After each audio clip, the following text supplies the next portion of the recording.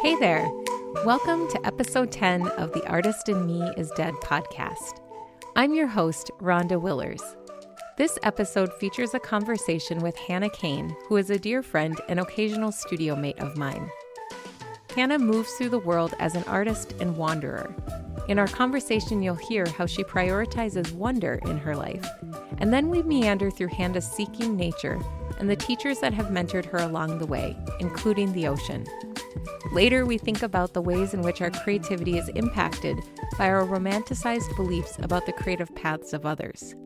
The title of this episode is inspired by Hannah's realization that the ocean is never going to get closer to her, so she needs to put herself next to the bleep'n ocean, just like we need to put ourselves next to our creativity if we want to experience it. We started the recording after catching up and laughing for about 30 minutes, so you'll hear us come into the conversation from that place of connection and joy. Please enjoy this episode with Hannah Kane. I knew this was gonna be hard to put a start and an end to. Oh, good grief. Oh, well, hi, Hannah. Hi.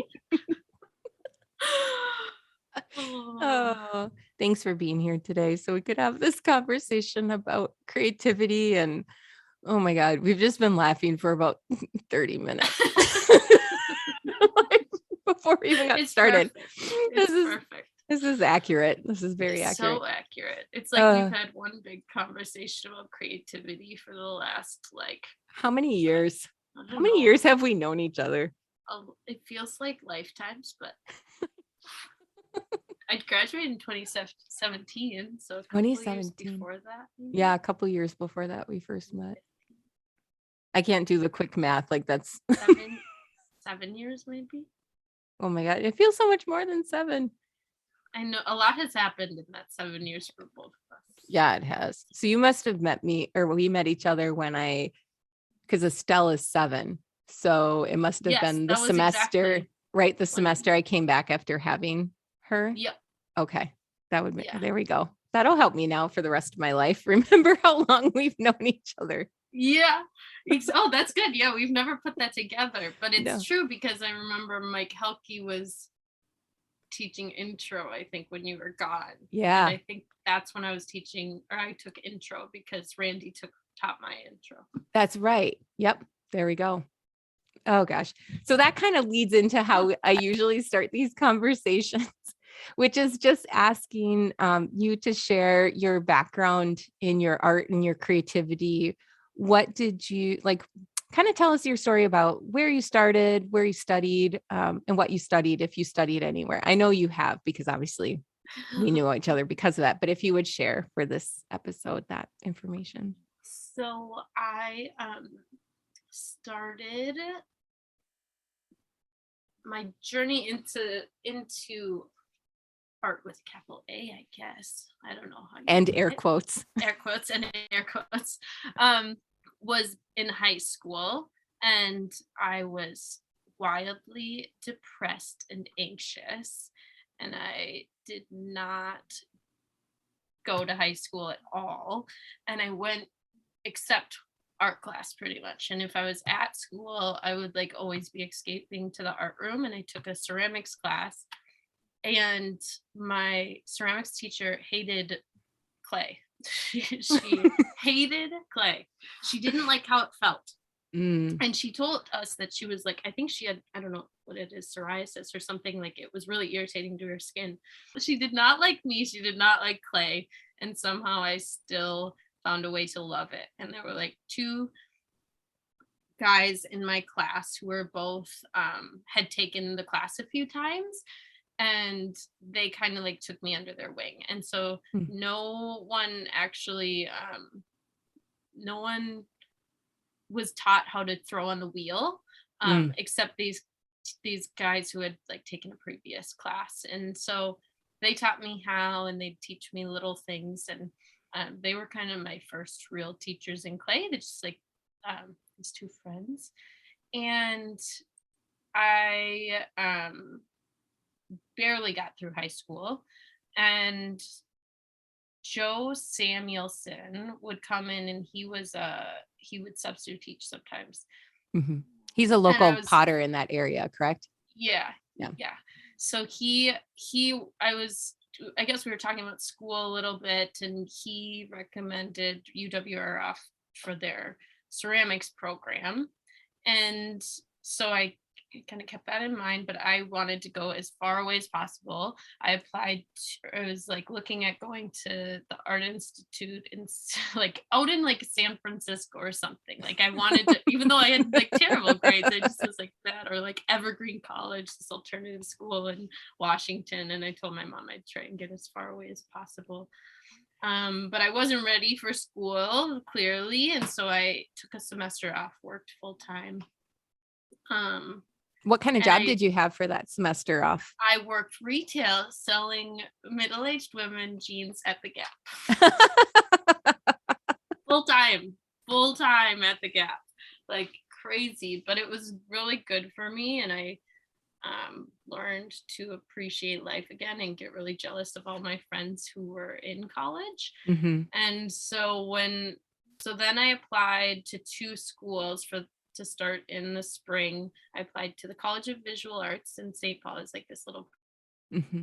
private school, so much money, and UWRF. And I ended up going to UWRF, and I never thought I'd be that close, but I went for the ceramics program, and I Can we started. Well, let's stop for one quick second. So UWRF stands for the University of Wisconsin River Falls. And would you say that's like 25 minutes? Yeah, 25 minutes from where I grew up. So far away. So far away. And I thought I would transfer and to somewhere better. Like, they call it Moo U. That's it. Yeah. Anyways, so I started and I ended up loving it right away. I liked how small my classes were. My first classes, I took an intro to art with Ann Lawton. She was my first art teacher. And then I took a drawing class with Liz Wenlin, and both adjunct professors at the time, and both really, really gifted educators who really care about their students and about art. And it was so inspiring, and like really lit a fire that hadn't been nurtured ever really in education. So that began, and then I started working at for the art department, and I just got involved in everything. But I couldn't get into ceramics class because they were full, even though my advisor was the head of the ceramics department. And so I did glass blowing and fibers and printmaking, all of which I thought I was going to major in. I fell in love with every single one. And then finally, my first class in ceramics I took for an onigama workshop, and like I had never taken the intro, but Randy Johnson made an exception for me. And can you tell people what the onigama is? Yeah, because that's a new kind of thing for a lot of people, I bet, to hear that word even. It's magical. It's and I found it's kind of it's this 30-foot wood kiln that looks like a whale or like a little submarine in the woods at Randy Johnston's house. It's a Japanese wood fire kiln, and we fit like over 1,000 pots in it, and 25 usually people join together and put work in it together, and we fire it for 5 days and 5 nights. Is that how long? Yeah, I think so. Yeah, it's somewhere between, it can be between 5 or 7 days. It just kind of depends on what we're doing. I think 5 days is the average. Yeah. Oh, but it's so great. And we and you just like fuel the fire with wood all day and all night, and tell stories and share cookies and coffee, and it's so romantic. It's like the most romantic part of clay for me.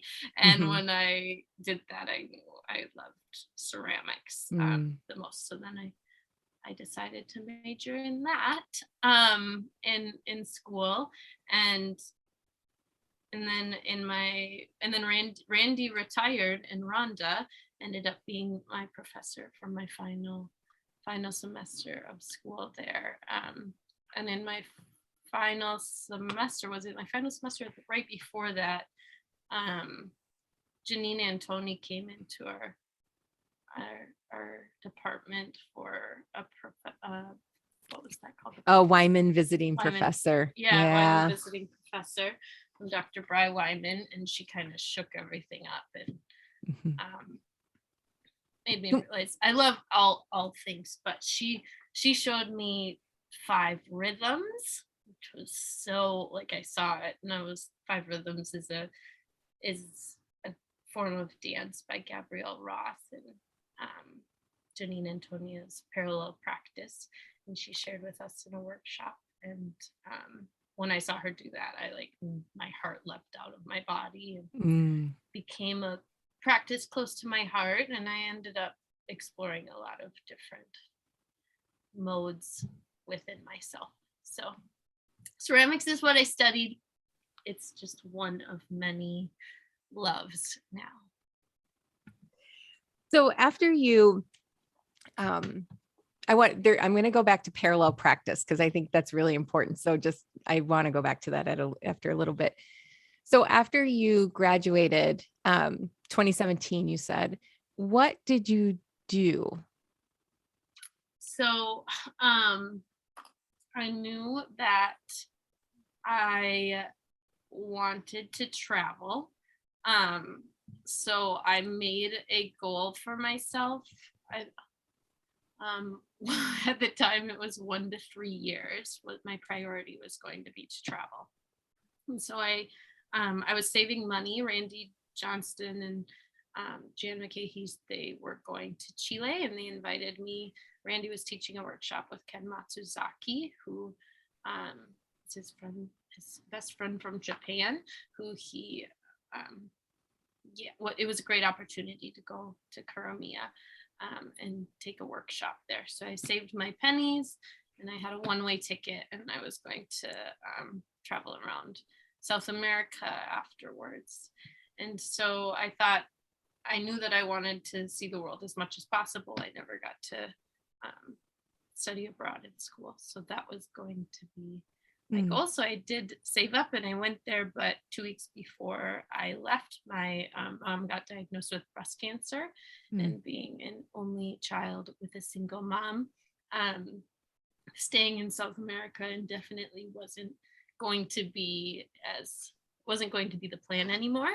So I still was able to go. I was here for her surgery and caretaking, and then I went to Chile for 7 weeks and came back for chemo, and stayed close to home, did trips around the US for the next couple of years during treatment.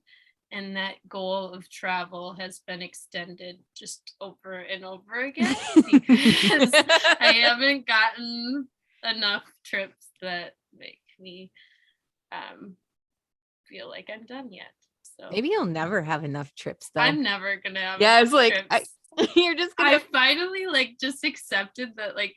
I just recently I follow all of these apartment hunting groups for the Twin Cities, and I finally left all of the groups where I'm not living anywhere for a while. I can just accept this. Yeah.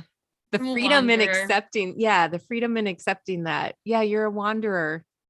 How does being a wanderer play into your creative practice? So I've been thinking about this a lot, and people ask me when I travel what I do, and that's been a really hard thing to answer. And I've never, something you helped me with, and then I've worked on for a long time, is claiming the role of artist. And I don't always produce things, but I refuse to let go of the title of artist because it's the way I move through the world. It's the way I see everything. And there's no separating that from my experience. And I've really changed my way of understanding what creativity is. And so it's way more open than it ever was. And like I think I've spent all my time since art school kind of detaching from the formality of it all, and what is good art and what is worthy. And like I was always really interested in making temporal things and um experiential things, and now that's what I do. And um like I've realized more recently, even though I've always been I guess a gifted conversationalist, and good conversation finds its way to me, and like that is a true art form. And Mm-hmm. the connections I make when I travel, it's the creation of a relationship, the creation of an experience, like Mm-hmm. that's all coming from this artist place in me. Mm-hmm. And then there's little things, there's like drawing in the sand on the beach, and like like dancing on the beach in the like tides that come up, and Mm-hmm. my newest love of surfing, that like these it's just so out of the boundaries that I made for myself in art school of what I thought was accessible Mm. or acceptable. um but now I try to acknowledge all of the moments of creation within Mm. myself, so Mm-hmm. that I can continue to tell myself, no, you are that artist. Mm-hmm. Um, it's still there. And it's still a language I use, like when I'm talking to people. So Yeah. it's, Is there a moment or an experience or a piece that you've made that you think unlocked that openness for you? Or you first talked about the experience with Janine and Tony coming to school, to the university, and leading the workshop and the things you gained from that. But is there anything else in your kind of like personal history that you could relate back to that maybe opened that space for you or opened that understanding? mm, well, yes, there's a lot there. So before Janine and Tony came, Kinji Akagawa came for a semester to teach an art and place course, which was supposed to be a public art course, but ended up being like a high level philosophy course. Like that ended up just like weeping over every day.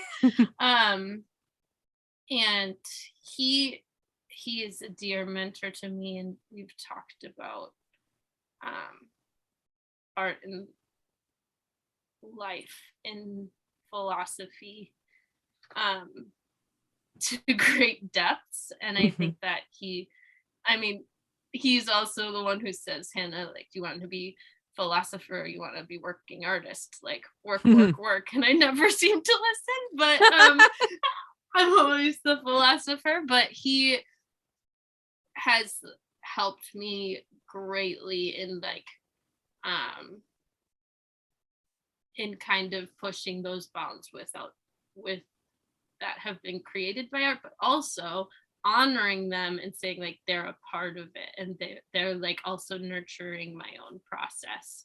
Mhm. And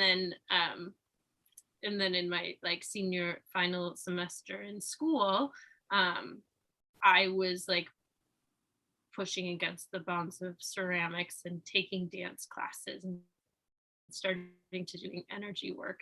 And there was like my final thesis piece ended up being a video performance that was a really good introspective piece and pretty vulnerable for me.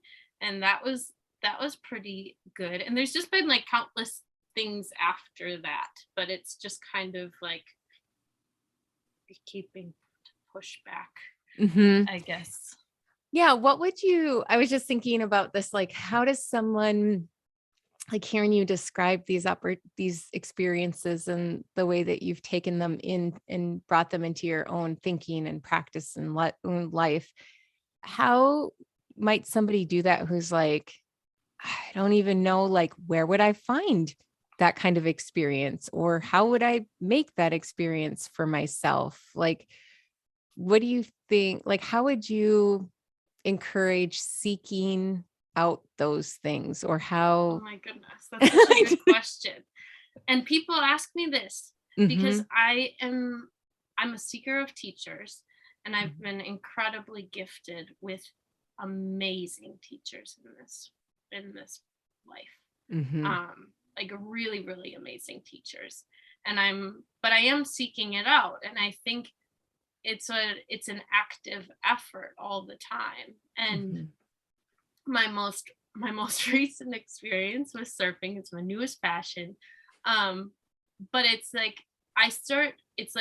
tapping into this place of what I love, and this place of fire within me that comes from the creative process, that comes from like surfing. To me is this new language.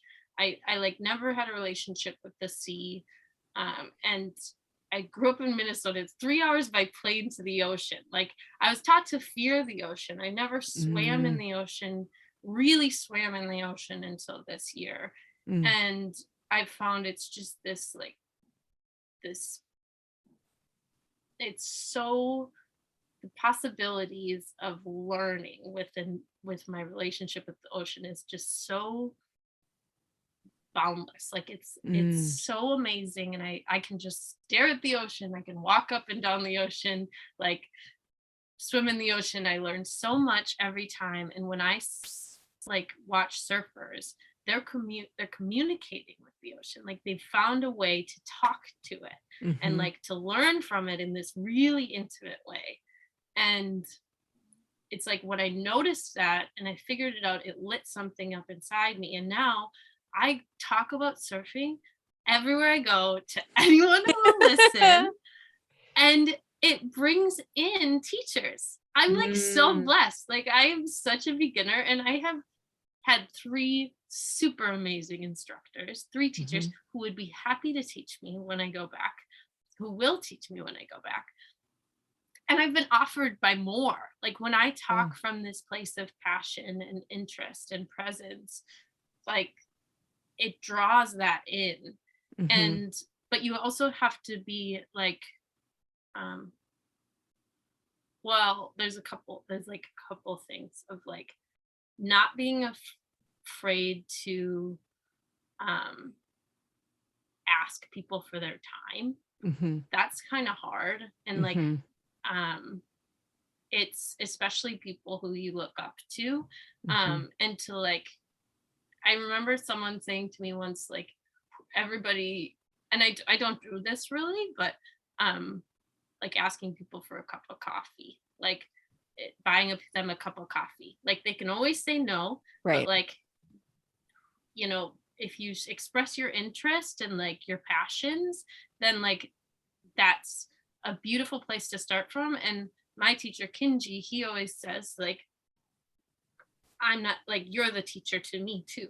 Like, Mm. we're teaching each other. And he recognizes how much it's a two-way street. Mhm. Um and I think good teachers always do. And like Mhm. my great surf instructors, they get so freaking stoked when I hit a new level, Mhm. when I catch that wave. Like, so finding teachers um has changed my experience Mm. completely. And I think that's like a really big part of my creative process, is this like I will. connection and collaboration. Yeah, and in a way, what I hear you also describing is a trust with yourself and your own curiosity, and Mm, that you trust that your curiosity is going to bring you to places that will be generative and that you'll mm, learn in. And I think that that sometimes can be a really hard step for people, is to trust their own. It's not just intuition in this case. Like, it's really, mm-mm. it's something different. It is like a trust in your own questions, in your own wonders. And that And you deserve it. yeah. Like, Yeah. I think that something I didn't like when I left art school was this seriousness about the work and about Mm-hmm. creativity. And like, I felt so much pressure to make work that would be validated, Mm. and to make something that means something. And I see it in a lot of people, a lot of my dear friends who I graduated with, or before me or after me or whatever. But it's it I feel like we just miss so many of those like raw creative moments from like being a kid or from being curious, like Mm-hmm. when that's all it's about. And I've gone to the other end of the spectrum, and I'm only interested in that now. I feel like, where Yeah. like sometimes I'm like, oh, if I wouldn't mind just making something and investing in something beautiful. But the there's that curiosity is so important, and feeling myself getting like taken over by an inspiration or an idea is Mm-hmm. like, that's what I'm chasing in my creativity. Mm-hmm. And we all deserve that. And Mm-hmm. I think like in life and in art, letting go of that seriousness of it all, and like letting myself kind of be taken over by the wonder of life, is like, Mm-hmm. that's what I want to choose that all the Mm. time. Yeah, yeah. Because you're right. Like that's a choice to approach the wonder. And that's maybe a thing that isn't always celebrated or encouraged, which is kind of weird because at the same time, it's described as the thing that we should be striving for is innovation. But Mm, innovation really comes, I think, out of wonder. And of course, it comes out of curiosity. But it's sort of weird that we like, well, maybe it's not so weird, actually. It's probably pretty expected that we focus on the thing that would be at the end of the sort yeah, of journey rather than the emotions or the experiences that get us to that place of innovation. It's actually our wonder and our curiosity that are going to get us to that place of innovation. totally. And I think Ah. like that's been growing within me, and I'm finally accepting it. Like my Mm. work is like the work that I will be happy with is so, it's like constantly growing inside of me, even though it hasn't been actualized in like a physical form or anything. But it's so much different than anything I could have imagined. It comes through all these experiences and like collecting the wonder, kind of like. Mhm. And when I think about the things I would like to build or create and bring into this world, they are so multidimensional and like, and experiential, and without form, like that I can't possibly know what they are yet. They're going to Mm. come from me Yeah. living my life in this way, like living a creative life Yeah. essentially. And but it's really really hard. Like right now I am feeling called to go and focus on surfing, and just go and surf every day and sit on the beach and drink coconuts. And that, when I say that to people, even if I hear myself say it, like it sounds like really naive, really selfish. Like there's all these things around it. It doesn't produce anything. Like what am Mhm. I going to have to show for it? But like my heart knows that will be so fulfilling to me. And Mhm. like I have no idea what that will do for me in my big picture. But Mm. there's like, that's that old art school voice of like, you're not building anything, you're not like putting anything into form, or like Mhm. how privileged you are to think you can do this. Like what about all of the suffering in the world? What are you doing for that? You know, like Mhm. there's so much, there's so many Chatter. reasons, yeah, chatter, and so many reasons not to do the things you love that bring you like to bring you to the place of wonder. Mhm. But what it like, who is that really helping? I don't know. Mhm. I don't know, because I can't possibly know what surfing will do for me, but I know that it's good. Like that's where the intuition comes into it. And then Mhm. also believing the intuition, but also the choice of knowing I deserve it. Like, And so some people might think as they're hearing you like, "Oh, sounds brilliant, amazing, like I want to do this too." But like how do you but then they might struggle with like real world responsibilities, quote, in quotes, like what we call responsibilities. And like as you're allowing yourself to enter the space of wonder and to enter the space of creativity, how do you think that do you have to separate yourself from those like what might be a responsibility in order to care for yourself, or is it just you're shifting the way that you're living and approaching life in such a way that it's integrated so it doesn't become like I'm not It's a sure if I'm, long process. yeah, It's I'm not sure if I'm clear. taking me a long time. And that's why I'm not like satisfied. That's why I haven't been as many places as I'd want to be, is because it's taking me up until now to, well, and I'm still working on this of like prioritizing the wonder. Like, Mm, and everything else works out, but like, and it's not easy. Like my life, when I talk about it and I talk about my trips, like it sounds so magical, and it is in moments. Like in moments I live the most magical life, but there's a lot of moments that suck. hmm. I've been living with my mom for like a while on and off, and like working and serving, and I've worked a lot of jobs. Like I've worked every job. I worked You were a substitute teacher for how many years too? Was it 3 like a, years. I was a server. I semi recently was like like worked on a senior move team, like that's moving right. people, like moving old people from senior facility to senior facility during a pandemic. Like I worked at a Anderson Windows factory, like tossing around hurricane windows, and got like really buff and uncomfortable, and like I sang Florence Machine song to myself every day, all day, so that I could get through it because it was so terrible. Like it's been a really long process getting here. And Hmm. I'm slowly like prioritizing, and I'm really lucky. It is a great privilege. I have an amazing support system. I'm able to stay with my mom. She's been able to work with me and like grow with me to make it doable. Hmm. But um it's definitely, there's a whole bunch of things that are in ideal. Like I would, yeah. And it's not like, there's a lot of times I would like my own space.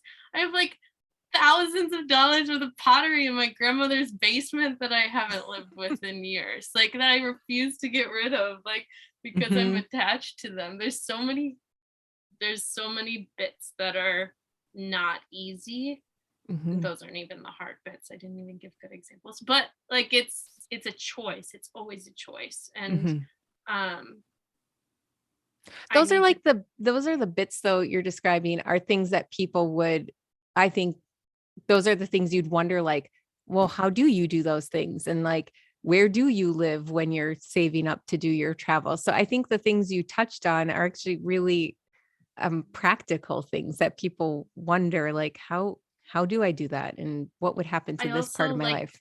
yeah, I worked for I went back to camp at 28, like Oh, that's right. to lead wilderness trip for adolescent and teenage boys. Like I am the furthest thing from a teenage boy. Like I am the furthest thing. Like I have nothing in common with them.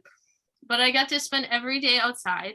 I I spent my whole summer hiking and canoeing, and I they pay for, they pay for my food and my room and board, and you don't make a lot of money, but like that's something that nurtures me in my life and my wonder. So like Hmm.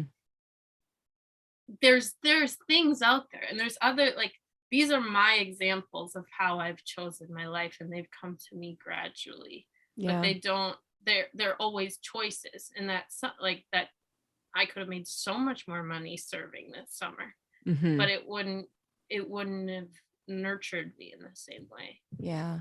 So Nurture. it's like, That's a good word too, is to think about what nurtures you yeah, in maybe in all facets of your life, like what nurtures you through work, what nurtures your creativity, what nurtures your yeah. health. And I don't talk about it like as much as I should, but I'm a highly sensitive person, so I feel everything. So like when I choose a workplace, I have to be so intentional, because if it drains me, I have no energy then to like be nurturing myself. Hmm. So like everything has to fit into my life, and it's Hmm. not a fast process. Like I could get jobs that I could make more money and go on a trip faster, but Hmm. it's like this delicate balance of I would I choice. wish people could see your hands as you talk too, because your hands move and like they have this way of sort of communicating your thought process, I think, and your experience process. So they kind of they flash and they move and they dance, and like your hands dance with you as you talk, which I think I'm animated talker. It's sure. awesome. Well, going back to the idea of wonder, I want to ask you a childhood question in this way then. If you think back to your childhood, is there an experience that you can recall where wonder was at the center of it? Or that it sparked a moment of wonder for you as a young child? It's a hard question because I don't have a ton of memories from my childhood. I have to always dig pretty deep. Something I like, I'm not sure about that one. I guess this is kind of funny and related to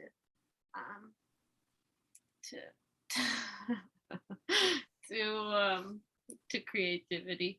My mom had a work trip when I was in second grade. And so we went to San Francisco together. Her friend flew me out and we all were in San Francisco. And it was the very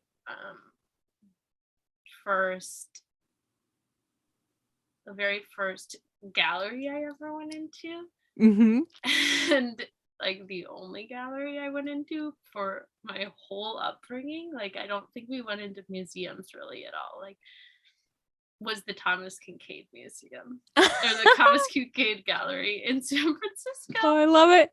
Oh my gosh. Like, and if you don't know Thomas Kincaid, he's the painter that everyone makes fun of in art school. The painter of light, right? Like, I think that's his tagline. I couldn't even tell you, but he paints cottages. Yes. And just Google him, you'll find him. It was the coolest thing.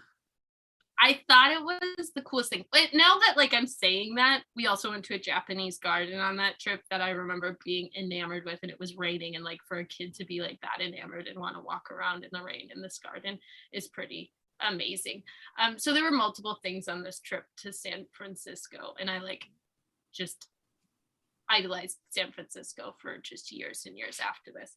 But that was like my first experience of the art world. And it's so funny in hindsight, and like how many gallery openings I've been to since then, and like how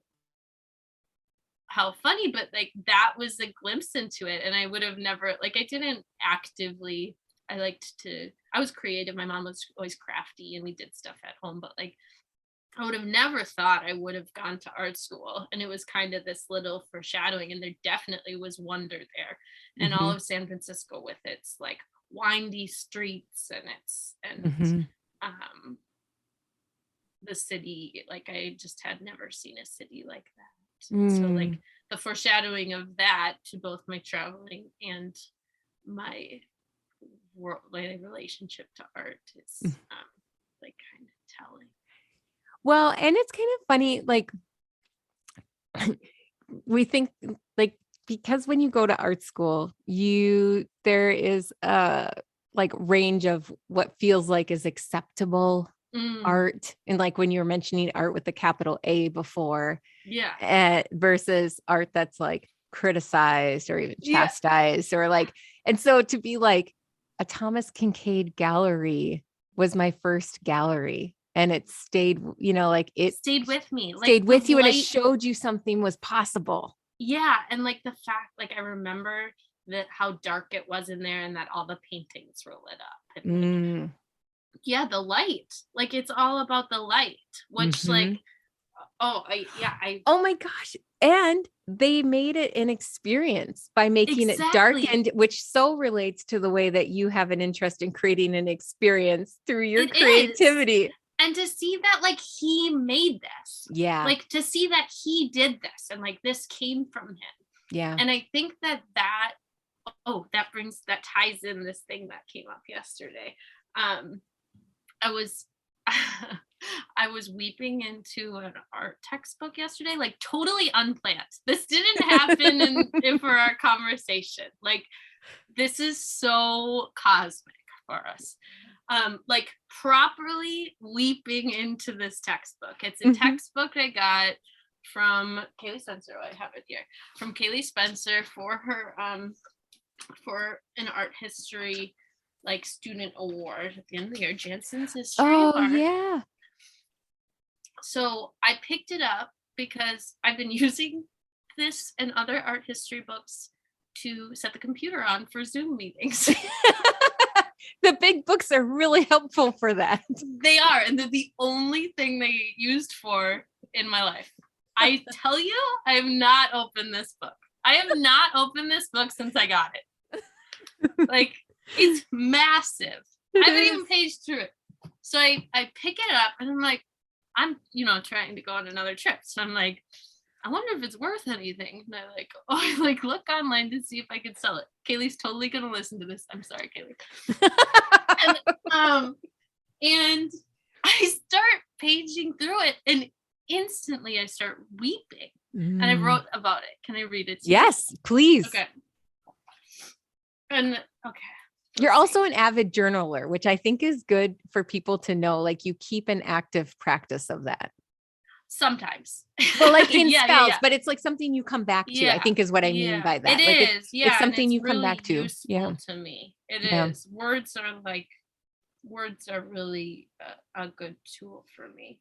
And a lot of my ideas come in word. They don't come in image.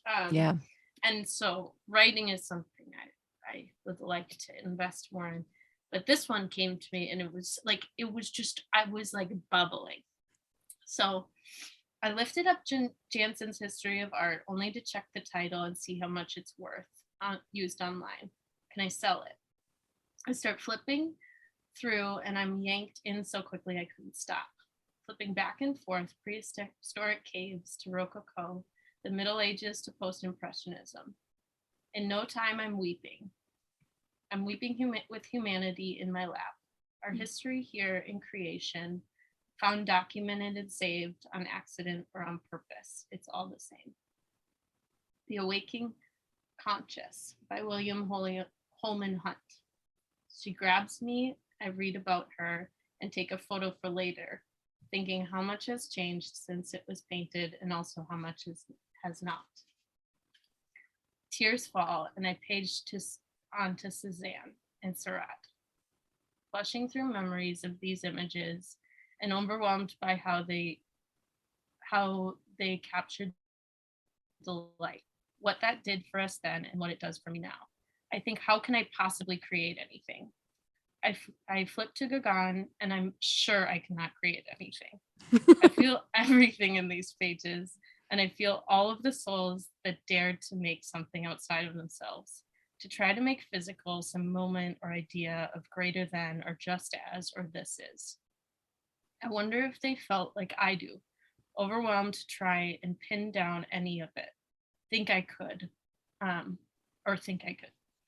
wonder if they also felt like they had no other choice than to try. So good. Oh, it was like, so, oh my gosh. I was like, I couldn't stop. Like, I could, like, I'm holding, like this. A record of people who have tried and who have responded to their world. And we're in such an unusual time, or heightened time. I don't want to say unusual, but we're in a very heightened time of experience. And to dare to make in response to that. And feel like you can even come close. I don't understand how they did it. And I'm so grateful that they did. And this is what art school is for me. Like this, it's my connection to humanity. And I don't, like, I said it when I was in school, like, I didn't go to art school thinking I would be an artist. I went to learn to be happy. And it has done that for me. Like Kaylee's class, like history books up until that point, like, did not appeal to me. Like, I couldn't see my role in any of it. But when Mm-hmm. I saw it through image and the subtleties and like the pushing of the boundaries and what was accepted and like what the Mm-hmm. women were doing in the back room and like all of these things, like they made so much sense to me and it connected me. And I'm like, oh, that's like the essence of humanity has not changed. Yeah. And like this opportunity to be human is such a gift, Mm-hmm. even when it feels like it's not. And like the fact that I get to page through this book and look at all of these marks that have been made Mm-hmm. from the caves in France to like to Cezanne, like come on. Oh my and gosh. and let's stretch it. There's going to be more and more marks and things made that we can't even imagine or bring into our thinking, because it will need to come through someone else. It will come through someone else and it will show us something. It will reveal to us something that we just haven't even considered. Exactly. Yeah. It's just like everything, and like everything becomes like a more sparkly Yeah. when I can fall into that place, and it like that gratitude place and Mm-hmm. the connected place. Otherwise it's just too big and scary.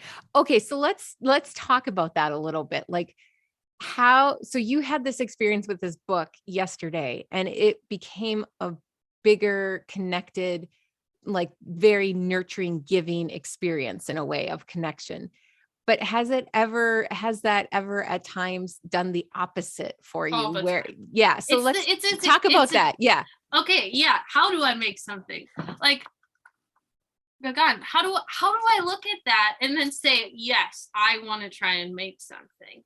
Hmm. Like I can't possibly like I can't go from that book to that. I went to the last what I can relate this to is when I went to the folk museum in Santa Fe, New Mexico, and I sobbed for like 2 hours straight in there of Mm, like just thinking about all the hands that made.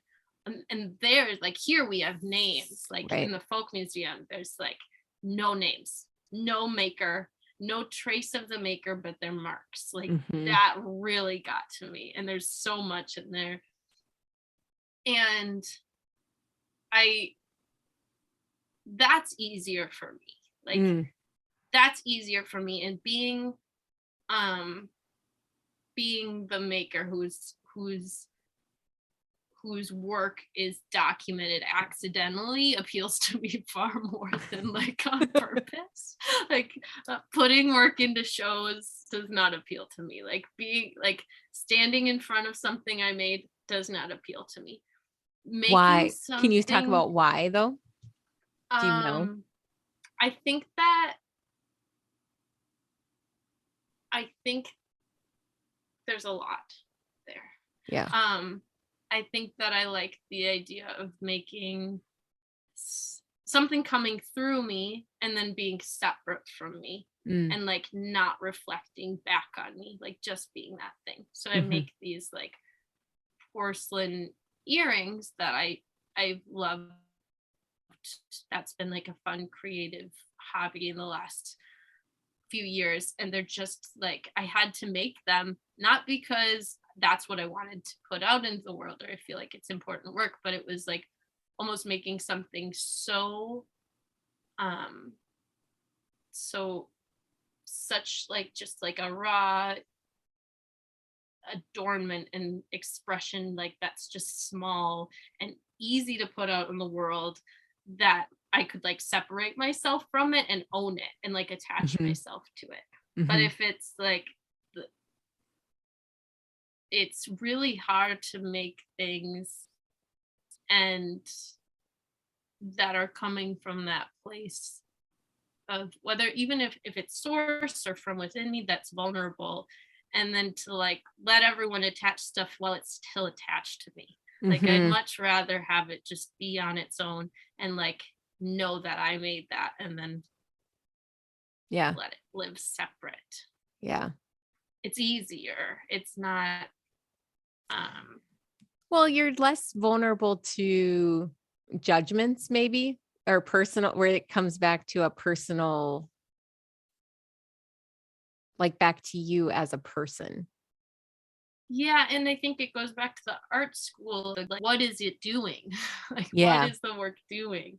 And the expectation of it.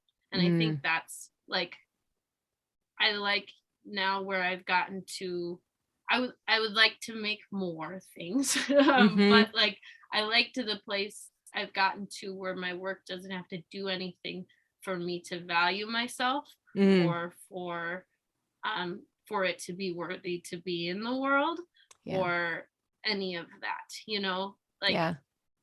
just making because I'm human and because it's my inherent nature. Yeah. um but yeah, it definitely is a block for sure. Well, that's something I want to ask you about too, is what do you think stops you from creating? And maybe what I actually mean is what stops you from making something in a physical realm or experiential? Like what stops you from making your art, if you will? Hmm. And I think there's a there's a lot of reasons depending on the I can make a lot of excuses. That's not what you're asking. No, but um that's part of it too, right? Like, so excuse making is part of what stops you from making. yeah, physical space, materials, like my oh my gosh, the way I think about ideas, and like the way I was saying, like my artwork is so much further from what it used to be. Like if my work came if my ideas came like they were just clay, and I just had to like this sounds, I'm really simplifying, but like I had to fire it. Like I'm really blessed, I'm very very blessed. I do not have a studio, but I have dear friends that are so beautiful and willing to help me get my work into the world. But Mhm. my ideas don't come like that anymore. They're like a room, and there's like robotics and computers and like light and like things I have no idea how to do. It's an orchestration. It's a commitment. There Mm. it is. That gets in the way. That gets in the way. I want to go surf on the beach, and if I am like it takes money, it Yeah. takes commitment, it takes choosing that. And Mm. um I don't want to be against it, but I've found other ways to satisfy my creative spirit Mm. that don't require that, like the what the art world requires of me for the work I would make that's acceptable to put in the world that says I'm an artist, Yeah. you know. um Do you think you're in a phase of, I guess I like to use the word phase or because it reminds me that things are temporary or things are just like we're always moving through things or moving. And so maybe like, are you in a phase of just maybe not making the ideas that you're having yet? mhm.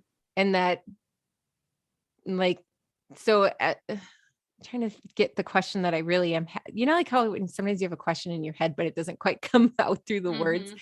But I'm just thinking like maybe what you're really describing is just this phase of like inward explorations and gathering. Like maybe you're in a Oh, gathering yes. I phase. feel like I've been in it for a while, but this is like a really long gathering Mm-hmm. phase. And I think it is important, and I've been realizing um like I need this time to release a lot of the um like I said, I've been releasing a lot since art school, but Mm-hmm. this journal, the way these words, that story, that experience is playing into my work, the way what I learn about the ocean every time I surf, like that's fueling this the gathering, like. Mm-hmm.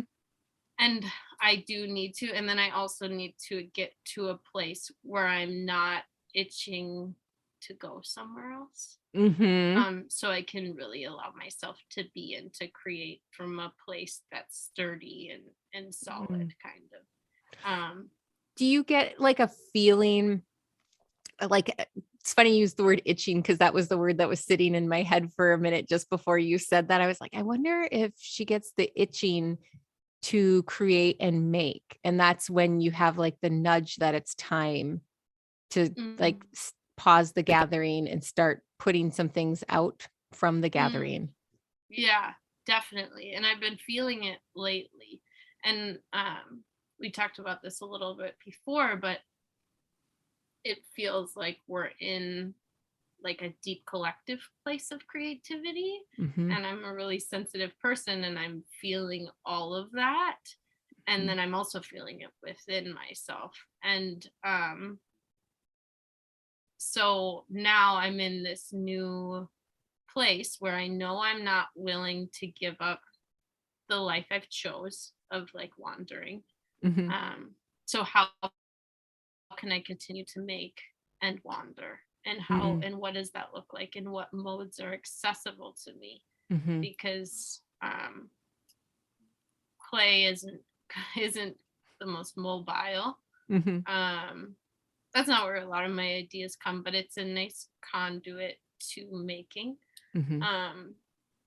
And then, you know, what and then how do I kind of hold myself accountable then Mm-hmm. after that, once I do, and I'm kind of there. This we've talked about this a lot. We share this belief that the conversation is a great art form, and Mm-hmm. I'm really blessed with that in my travels, and I would like to start recording voices and recording stories. Mm-hmm. And so that's something that's itching Mm-hmm. for me, and that's something I can do where I go. Mm-hmm. Yeah, and there's definitely. Are there, a lot of times we talk about the inspirations in like both physical, experiential, and that kind of thing. Are there any people, creatives or I don't even know if we can call anyone non-creative. I just think everyone is inherently Yeah. creative. It's just a matter of, are you tapping into it or not? But are there other people that you are looking to right now that either inspire you in this life, or that you can learn from? Are there any people Yeah, that you can totally. identify in that way? Yeah. So right now, I guess back in March, I did a yoga teacher training in Costa Rica, and I was in a dark place and decided to kind of take a leap, and um, made this family of people that we worked really hard on some inner work together for 3 weeks, and did a lot of work, and it kind of it took off, and the work I've done since then has just been, it just keeps going and keeps going. And there's all of them inspire me all the time, every time I see what they're doing, or like connect with them. But there's a few in particular, a handful in particular, who we have continued to connect with regularly, and check Mm-hmm. in with regularly, and do the work with regularly. And Mm. it's my friend Jenny. She's in Norway. She's Norwegian. She is who inspired me to start surfing. She's a badass surfer babe. And she's also an architect, and she quit her job after we met to start pursuing her artwork. And she uses me as a resource in this new adventure, and she thinks I have a lot of valuable information and insight and wisdom. And I think she's like so capable. She's like you, like really resourceful, like a doer, super grounded. And I'm all ideas and like floaty. So it's so crazy to just feel so appreciated and loved by her, but then also to be useful, to use like old art school stuff, and give her those resources. And I'm like, I live like that, like all my anything I know is for you too, like I'm happy to share. But they like, she's a massive inspiration to me, my friend Jen too, like these mostly women who are just choosing to live their most beautiful, honest lives, Mm. and talking to them and living with them, and is just really really inspiring to me. So Mm. I'm trying to look less at people who I don't know personally anymore, Mm. because I Yeah. haven't I have a tendency to romanticize or idealize. So I'm trying to just keep more grounded with like my inspirations being close to my life right now. I think that's such a wise thing you've just said, is that you romanticize people that you don't know personally. And I wonder how much that can become part of somebody's creative struggle, is romanticizing how they see someone else's life to be, or and what they're assuming then it to be. And then Mhm. that can put a stop on somebody's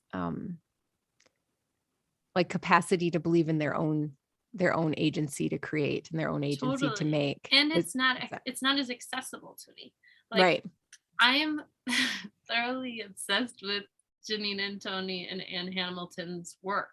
Like, Yeah, talk about that a little bit. I think I'm like talk about your inspirations. Yeah, in that way. seriously obsessed with them. Like, they, both of them, like both, I, Janine and Tony, when I saw her work for the first time when she presented it to us, I had seen her Art 21 before, but I didn't, not with the same vision. And then when she was sharing her work, it was like it hit that deep part of me, within like the central of my being, my most human part that felt so validated and seen and heard and held, just looking at her work or Mm-hmm. hearing her talk about her work. And it's nothing that I would ever create. Like, there's no way my creativity would transpose like that. Mm-hmm. But I can value it so strongly, and like it can still be so validating to me and my essence. Mm-hmm. And then and the way, like, both her and I felt the same way when I saw Anne Hamilton's work. I've never seen it I saw in person once. Did we go together to that reading? Yes, we did the Oh my poetry God. reading with, Oh my, was it Susan Stewart? yeah. Is that her name? Oh Oh my gosh. God. It was so good. So good. That was beautiful. Oh my God. Beautiful. And so many things about that experience. Yes. That's right. And I got to meet her and I was Yes. freaking out. Kenji Yes. introduced us. And like, that's a romanticizing thing. But like, again, I would never, and for like at the end of art school and years after, my ideas, it was like I was trying to form my ideas to make it like that. Yeah. Like, how can I layer my ideas? Like something would come and then I'd be like, can I add another sensory Mm-hmm. component to it? Like Anne Hamilton does, or can I dilute this down and make it beautiful the way that like Janine and Tony does it? Like, I was trying to make their stuff my stuff, because that's what I valued. But it's not. Those are real parts of me, and they are, like, I honestly think if I keep working at myself, it will look more like my work will look more like theirs, because the reason I'm so inspired by them is because they're speaking to a silenced part of myself, or an unrealized part of myself. Yeah. Ooh, that's a good phrase, like the unrealized part of yourself and your creativity, like what hasn't been tapped into yet. There's so much. There's so much in the unrealized. But I don't, it's not going to come through trying. That's what that's what I've realized now in the last couple of years. And like my inspirations need to come directly from inside me and like directly around me, and like they can't, and they do for them. Like, when you look at their work and read about their work, it's so deeply personal. Yes. And that's what makes it so easy to connect with. Well, there is Janine and Tony in her talk at the university. She said a phrase to the effect of, when we go deep inside of ourselves, the deeper we go, the bottom drops out and we're all one. Yeah. Yeah. And they're tapping into that space, that's exactly right? how I felt when I met her. Like my bottom dropped out. Like I swear there was like an aura around her the whole time she was there that was just glowing. But yeah, I definitely I finally and there's something too about that's been really important in this I guess incubation time maybe of like school and after school, of you can intellectualize all of this stuff that like and that's what we're doing in art school, right? Like we learn all these laws and like just like to kind of abide by what there's like structures you're taught about, or rule, not like rules, but there's like, this is how this was done. And and like and there's so there's like learning and unlearning, but then there's like also this intellectualism, and there's some truth to those things. Like there is some truth to hold on to, I think. But like I can't just intellectualize them and make from that place. Like it has to drop down within me and I have to actually know it to be true before it can be authentic. So I think that that's what I've realized about those inspirations, that like I have to grow into them and like in my own way. And that's a little bit painful to accept. And there's different routes to doing that. And like a lot of people, I know there's the routes that are set up for you. There's grad school and there's or post-bac grad school residencies. Like I'm choosing an outside route. But I think it's still coming back to the same. Like I think it's to come back to myself. And I think I always thought I wanted to go to grad school. And right now I'm really, really grateful I didn't. And that I'm not, because I don't think that kind of strong influence from other people would be good for me right now. Like I actually need to let go of all of that so that I can come and be like really honest with what's true to me, so that I can make from that place. I think that's so, yes, I hear and I feel that too. And I think about, there's always this question that I've heard throughout my life at different times, but like when you're struggling in your studio or you're making or you're struggling with a decision of what you might want to do next in a piece or something, and thinking about like what voice you're hearing that's telling you not to do something, and trying to figure out like, is that my voice telling me not to do it? Or is that something that I heard or was taught and thought I had to still believe? And how do you, like when you're making, how do you actively or creating or just working in your creativity, like how do you stop yourself from letting that become a limit to the decision? And sometimes we need limits, right? But like not always. When you're saying that, I'm thinking, oh, that's such a good practice in all of my life. Not that you don't listen to them, but that you acknowledge whose voice it is. Yeah. Like I think about all the times I hear my great grandmother's voice who helped raise me. And like, I'm happy for her influence in my life. And I think it's helped me in a lot of ways. But I really have to acknowledge when, because I think about this conversation and like living a creative life, Liz Gilbert's, writings, and there's no really hopefully there's no separation between your studio work and then the life you live. And it's, that is such an important aspect of it. It's like, whose voice? I remember hearing Randy's voice in my head a lot in school. There's so many, and I think about like the other day someone asked me about a raku question, and I was like, oh my god, I've never done raku. I did it through I have a degree in ceramics and I've never done raku. I know. But, we didn't really value that at school. Well, and then that leads to like a bigger sort of like reflection point too, of like, wherever you go, wherever you, and this maybe isn't like a revelation, but just an acknowledgement of wherever you go, wherever you've learned from, experienced, there are limits to that. Totally. And they're based on not always your own. They're often, I guess I should say it this way, they're often based on someone else's decisions about what needs to be included and what doesn't need to be included.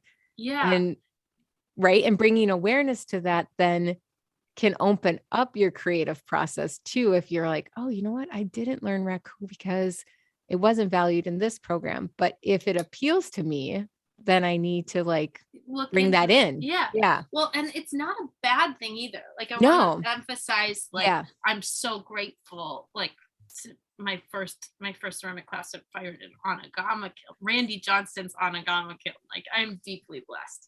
But it's really like it's taking me this long to like acknowledge where like kind of the outline of my experience maybe and like what and like how it is a choice all the time. Yeah. Like, and I think that part can be really overwhelming in the creative process of saying, I need to be really intentional with what I invest in and what I'm interested in.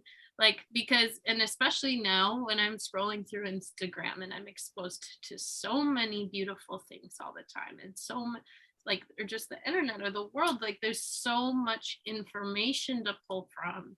Like, being intentional is so much harder, I think, than and I was talking about this with a friend after, like, flipping through this book. Like, I think part of like the Anne Hamilton appeal and is like that's what I need to tap into myself now with all the information.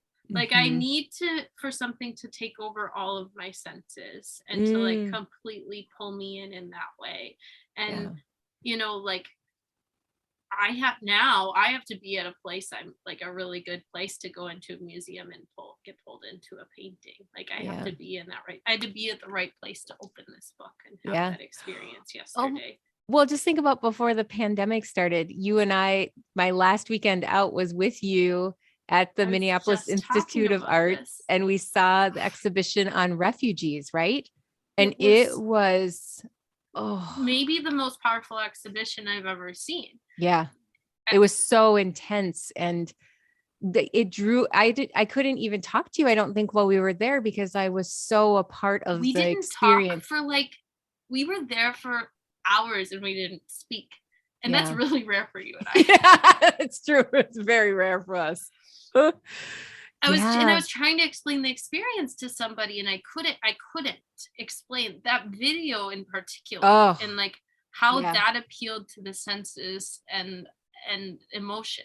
Right. And like the fact that that is what is needed now to tell the story and to make me to connect to my humanity and my like it was the darkened room, the full wall of the video that you couldn't take in you couldn't see the whole thing without moving your body too, or moving your eyes and your head in order to take it all in. Like there were so many physical things set up. Yeah. Was like flashing back and forth and they would be like moving through the desert or moving through or on the water and like the boat exchange. Boats. Yeah. And then the noise of it was like the noise of boats and planes and tanks. And then like, and it was all kind of like muffled, like loud, like where your ears kind of protect themselves. And like, you just hear like the muffled overtone of noise. And then they had like the heat centered video where like, it was like they were being hunted and it or tracked. And it was just, I will never forget that video. Same. That experience. And then I think too, coupling it with the experience of going into isolation, like shutdown, because we went into like the time our country's shut down. So then that becomes like a deprivation experience too. I think that even like heightened the exhibition for me in some ways. Totally. the impact of it, heighten the impact of it. Yeah. But then and then we walked in there, and then to like walk in the rest, I was so sensitive to Yeah. everything I saw Yep. after everything kind of had been rustled up within me. And the others became quiet. Do you remember? Because there was Yes. another room that had the individual videos that you sat with, and you Yeah. heard one person's story. And like those Yes. became so intimate because that other experience was so It like shook the overwhelming. rest of the world out of you, so Yes. that you could like to create an opening to let the stories in, and to let the reality in. Mhm. And I think that that's Mm. a struggle with creating anything right now, and like to like the noise of it all, and the heaviness of it all, and the suffering of it all. And then also like I'm so privileged, I'm so blessed, and like it is so for me to try and comment on any kind of, I'm not gatekeeping, but looking at that, and to like make from my place of suffering, like there totally is a common thread, but it's just overwhelming. It's Yeah. overwhelming to Well, and you can recognize the overwhelming safety that you have too. yes. And then from that place of safety, you get the access to your creativity in different ways because of that. Yeah. And how, because you're safe, you can, like, you could create on your lap right now if you wanted to. Mhm. Yeah. You know, Yeah. that was a very impactful experience. It was. I'm glad that was my last time. I honestly don't think I've been in a museum since then. Oh, it's weird to think about like what we knew then, and like how we went that day, and then what changed in a matter of 5 days post that day. Yeah. Yeah. Kind of changing gears and thinking about something you've talked a little bit here and there about where you make right now, but could you just kind of address that more specifically? Like if you want to work on clay, like making your earrings, where do you do it at this point? Oh, like gosh. where? Right here. Exactly where I'm sitting. This is where I do everything. This is Which where is in your bedroom, right? Your in current my bedroom at my mom's house. I do everything here. I do yoga here. I meditate here. I make earrings here. I have Zoom calls here. And like it's so funny in yoga school, I think about this all the time to my teachers, saying like for a place to meditate, it should be somewhere in your house you don't do anything else. And I'm like, I literally do everything where I meditate. Like it's the opposite. Like this is the spot where anything happens in my like inner world, is in this place, in the and it's really funny because I didn't like I alluded to before, I don't have a lot of memories of my childhood, and like I was really loved and supported, and like had all of my needs, my basic needs met. Um, but I struggled with mental illness, I think, my whole life, and didn't have language for it. So it wasn't an easy time. And so like a lot of my life has been, I grew up in this room, and a lot of my life has been like on this floor. And so that hasn't been an easy place to make from. That's always like it's actually kind of like hard energetically to like make from this place. But but it's also beautiful. Like it's to like, and I'm finally coming into like being able to integrate and appreciate how blessed I am to be able to be here and go on my trips and make on this floor. But you know, it's, as you were saying that, so much has happened in that room from your childhood to now. It was making me think about my grandmother, and she lived in one county, and pretty much like a matter of one town her whole life, with the exception of like a short period where she like moved out of the county to live in my aunt's house, and but then moved back to the same county where she was born. And thinking about how much of a rooted history is there for a person, And when you do that, that space, wherever it is, whether it's like the county or in your case, the bedroom, like that space has to be able to transform with you through your Mm-hmm. time. Yeah. And that is hard to do. It, for a whole host of reasons, it could be impossible to do in some circumstances too. But just that maybe it's like a movement towards the integrated self. Like I've been It hearing about is. that more lately, like how all of our self needs to always be with us, where for a while the trend was to compartmentalize. So like when you Yeah. said your yoga class or teacher said like you need a space where you don't do other things but the meditation or the yoga. And now I wonder if we're going to see like the reverse of that, of like learn to be Yeah. everything in one area or one place. I think it is, and I think that's what like I'm learning to do in myself. Mm. And it's been like it's taken me so long, and I kept revolving back here. Yes, living with my mom has allowed me to travel, but there's been like a lot of deep work I've had to do here to be okay with myself and moving forward. And so this doing all of this work here in my bedroom and coming back here, like only in the last couple months have I gotten to a place of feeling like, oh yeah, this is why I'm here. Like Mm. this, there was a reason for it. Like it was to integrate. Like the Mhm. whole time it was to integrate, and I didn't know, I couldn't know then. It felt kind of like I was just like a magnet to it. But my grandmother used to live with us. She worked in the city and she lived up north. And my mom and her had a very complex relationship. And I've always said like my grandma is where I get a lot of my superpowers, which is also like I just feel like a strain that comes from her to my mother to me. And it also is like where a lot of that strain of like mental illness came from and struggle in my inner world. But through this work and being in this house and working with my mom, I'm finally able to see like, oh, that is the work that I need to be Mm. doing. And like that's the integration in what I can offer. And doing Mhm. that healing work, that generational trauma, it's like I I've been working at that slowly and like Mhm. not knowing, just feeling like I had to Yeah. like now being able to see it clearly and say, oh, this is why. This is Yeah.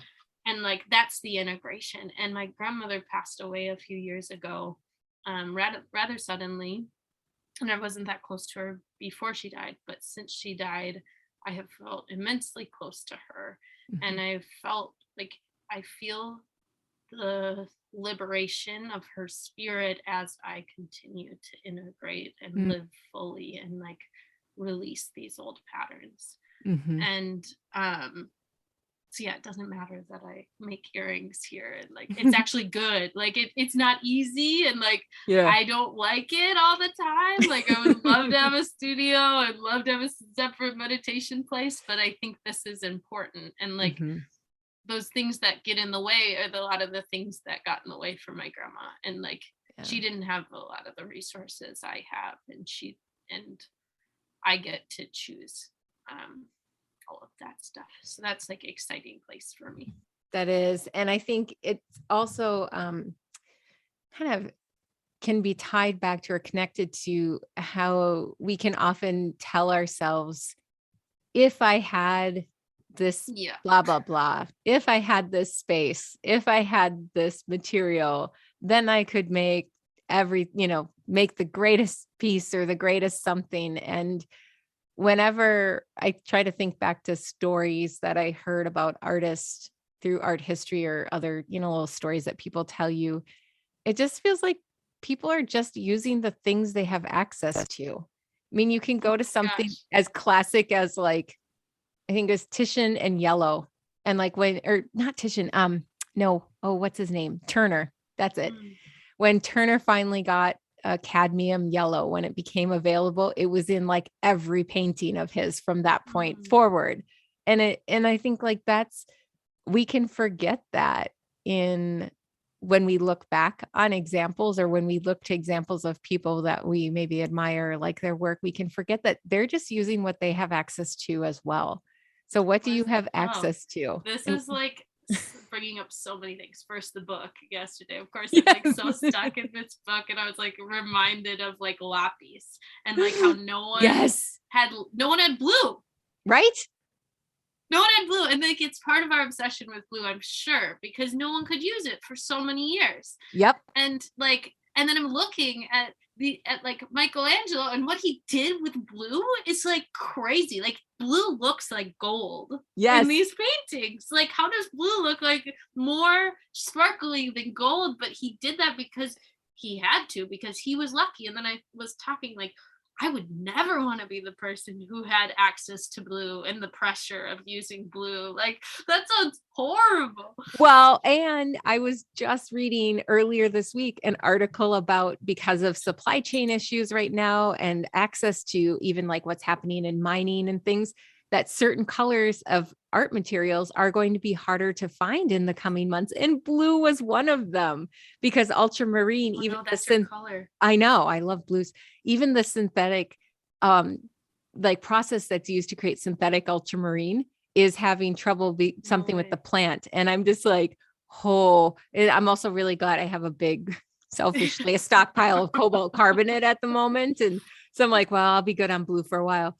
But it is really interesting to think how we might go through that experience again of not having access to certain things.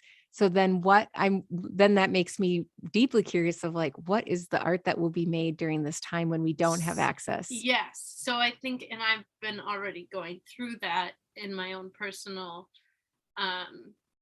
practice, because I chose even before I lived with my mom, I had a small apartment and not a lot of studio space and no wheel. I've chosen not to invest in a wheel or a kiln. But I have chosen that because I want to be mobile and I want to be nomadic for a little bit.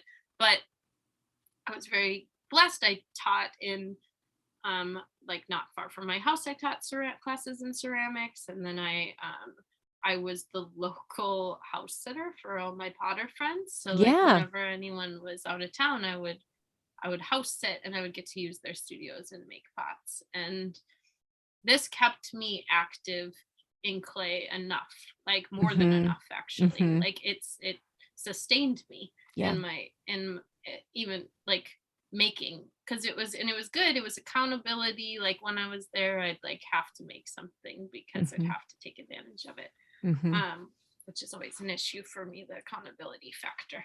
But but when COVID started, nobody left. Right. And I didn't teach. I stopped teaching, and I had no access to a wheel for like a year. And and then I went like almost another year without it. And it's for a long time it felt like it was easy to fall like it, like what excuse making and like circumstance of like, and I've used the wheel in my practice to get out of ruts. Always. Like the motion of the wheel like is the easiest way for me to come back. And I always like, clay is a really good teacher, but specifically throwing is a really good way for me to check in with my body and my mind and see what is off kilter or off center, to be funny. But and literal. But I didn't have that anymore. And so a lot of that time I just didn't make, and I just was victim to circumstance. But now from here, I'm like really kind of glad, I think. Like, I don't think that was always good for me. Like my relationship to pottery, I would like to make pots my whole life. I would like that to be a part of my life, forever. However, my pots aren't my work. My making pots that are in the world, and like that's not my living. That's not where like the meat of me comes. Oh, is it a parallel practice? I wanted to go back to that Yes, point. totally Oh, it is. okay. Yes. Share with people what a parallel practice is. I know you learned it from Janine Antoni, the word to describe it, but talk about, let's put it in that framework. How is pottery making your parallel practice? It's it supports my creative process. It helps me look at my creative kind of, I don't know, if I think about like my yoga, it's like getting aligned almost. It's Mhm. like coming back into that place. It's like dusting off the cobwebs. It's like getting back in it so that to like open up space for the real work. And Mhm. I think that, or it's like or just like getting my body in the make, it's the physical craft of making that allows for the work to come Mhm. alongside. And it's not, and I think I have a lot of parallel practices now, but that is one of my favorites. And like there's these different, like I say, I'm a seeker of teachers. Well, like my clay is like one of my most favorite teachers. Mm. And the way, or like one of the very best things that I tell everyone when I'm teaching clay is how clay holds memory, Mhm. and how like everything we imprint on it, it remembers. Like that's why we use it in microchips, and that's why like, and when you bend something back and you put it back, when you put it in the kiln, it'll remember that bend and it'll warp a little bit like that. And if Mhm. unless you are in ceramics, you don't know that. It's Right. crazy. Yeah. It's a crazy phenomenon. And Mhm. it blows people away, but it's real. And like this is the earth. Like, Mhm. Which and then the earth remembers. Like that's everything. This so is right. And this is not our wisdom. This is like indigenous peoples have known this wisdom for so many ever, years. Yeah, forever. forever. Yep. It's so ancient. Yeah. And like the act of making a bowl, and like that people have been doing this forever, making a vessel to hold something, like Mhm. physical or not physical. Like a lot of my pots feel like ritualistic. Like it's just, Mhm. it's the creating that vessel and the connection to humanity and all of the beauty there. It's so, it's like that. And the spiritual practice of creativity is, I think, the reason I'm an artist. It's the Mhm. reason I come back to it. It's the reason I will never stop trying. But it's always comes back to that connection, the art Mhm. book, the like Yeah. the essence of humanity, like Mhm. it's, and the fact that not only just to make the thing that we use, like that's useful, but to make it beautiful for our Mhm. own enjoyment. Oh, Mhm. so good. And that beauty has value and adds, it's a giving decision and a giving act to make something beautiful. It is. And Mhm. it's and the fact that like we can, when I use my pots, and I feel like I'm sharing meals with my friends, like that's, Yeah. I don't um I don't get to have dinners with my friends anymore in this time, really. Yeah. um but I mean, anytime I'm eating, like if it's not a handmade pot, like it just feels like such a missed opportunity. Like I'm just like, Yeah. and I also own so many pots that it's like, why? Like I just want to, and I so like making them and giving them and like making more handmade pots in the world that like are connected to this essence Oh, that I'm connected to is yes. important to me. It's like it really adds value into my life in a Mhm. really deep way. So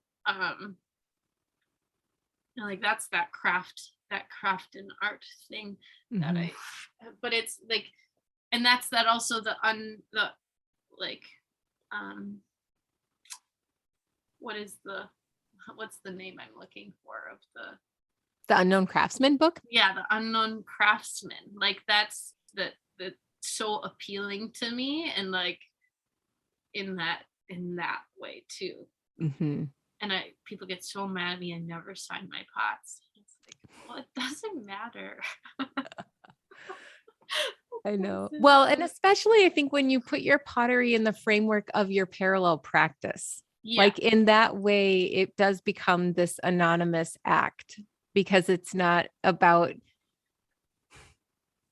the deep dive into your inner self, although I guess we could argue it is, but it isn't about that in what you're bringing forth. And so maybe that's why they stay in that anonymous place. Yeah, that's a good realization.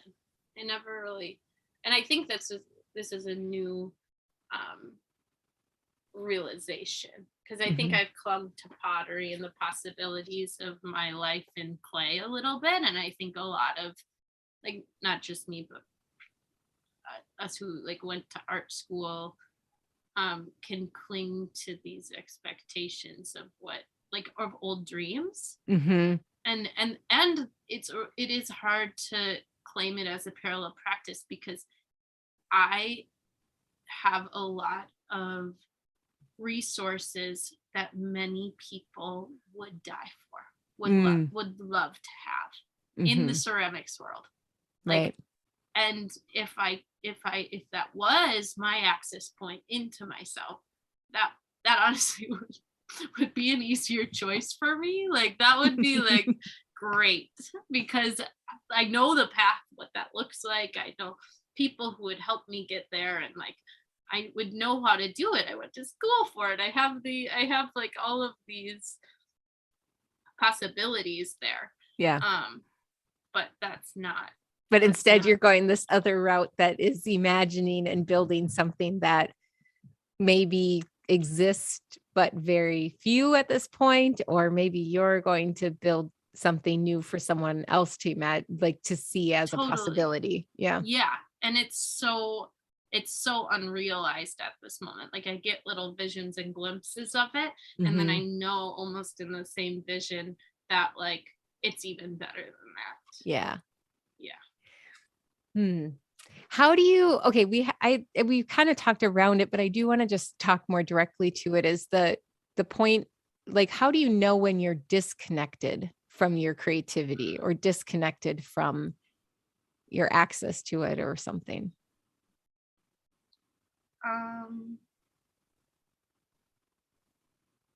Well, there's a lot of signifiers. Like, when I'm lost in responsibility, that's a lot of times when I get really disconnected. Or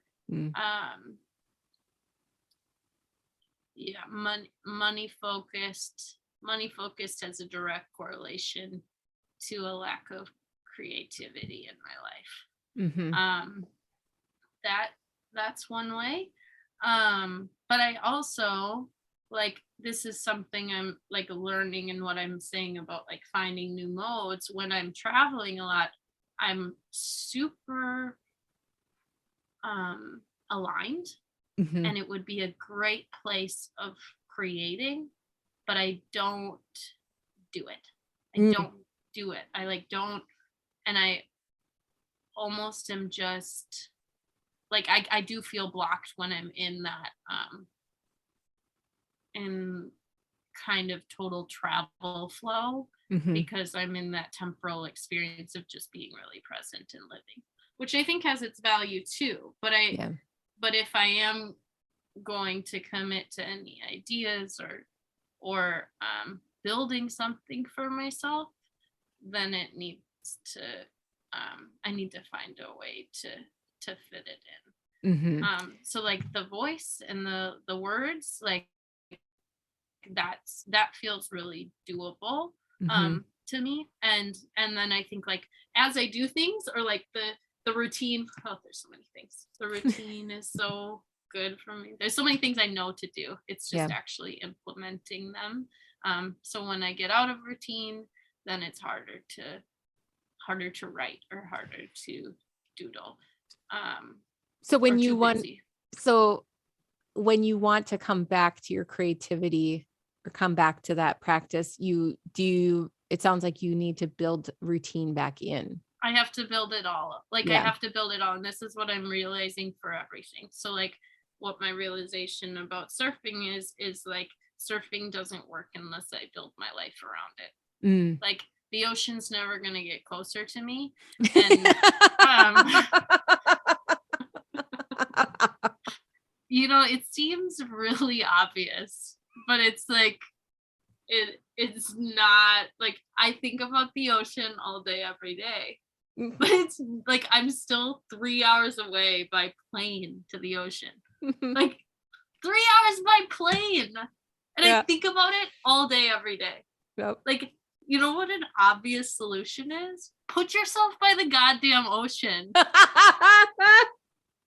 Which is like when you need, okay, so totally connect and parallel. When you need to be with your creativity, put yourself by your creativity. Exactly. Put yourself next to it. Bring it to you. Exactly. So Yeah. like for me, yeah, it used to be throwing pots, right? Like that's not accessible to me. But now my yoga practice and writing and meditating. So Mhm. like everything in my life that is good and nourishing to me. If I start my day with meditating and doing a simple yoga sequence, like everything else is so much easier. Yeah. Like I tapping into that space of creativity is so much easier, and it comes in different ways, and the intention and the accountability is different here of like building something and making it work. But like now I love to cook, like, and it comes out then, like with just grabbing whatever's random in the fridge and making something beautiful for me and my mom. Like it comes in the way I dress myself or different like little things, but that's still important. So like coming back to that routine and putting myself with my creativity. And that means like realigning like that. What do you, when you travel, what do you bring your journal with you? Do you bring a sketchbook with you, or do you abandon it all? Because one of the things I know from talking with you about your travel is that you give yourself the opportunity to be moved by what you experience. And that means sometimes you go with a new people, and you know, they invite you to do something, and you're like, you assess, of course, if you feel safe or not, but then you allow yourself to be moved by that moment. Yeah. So do you bring anything with you to stay sort of not tethered in a bad way, but just kind of connected to your creativity? I do or not? bring my journal, and I bring other art. I bring a lot of things. I'm like the most inconvenient traveler. I'm bringing so many things all the time. But I have these really beautiful metallic oil pastels that you helped introduce me to, that like they are just, and so I've been bringing my pastels a lot of places.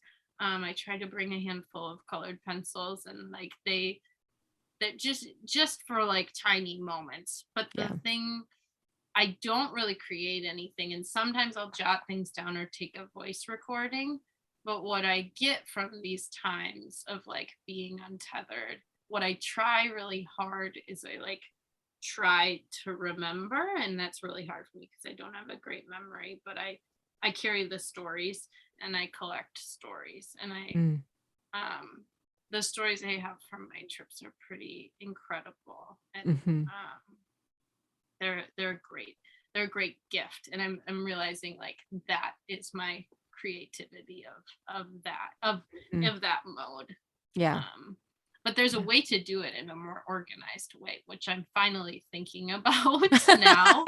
Hence the microphone and just little things that I can do. And writing, like we've talked about this. I used to be much better at writing, but the more I'm doing work in like kind of my upper chakras, or like really high frequency work and living really high frequency, is that writing is so grounded, it's really hard to slow down and like jot things down. So the voice has been really helpful to me.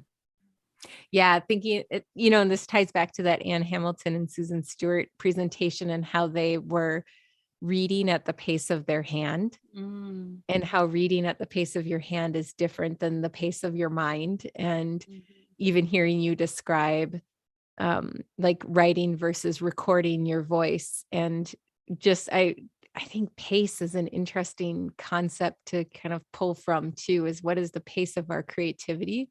What is the pace of our like ideation, maybe even? And where, how does that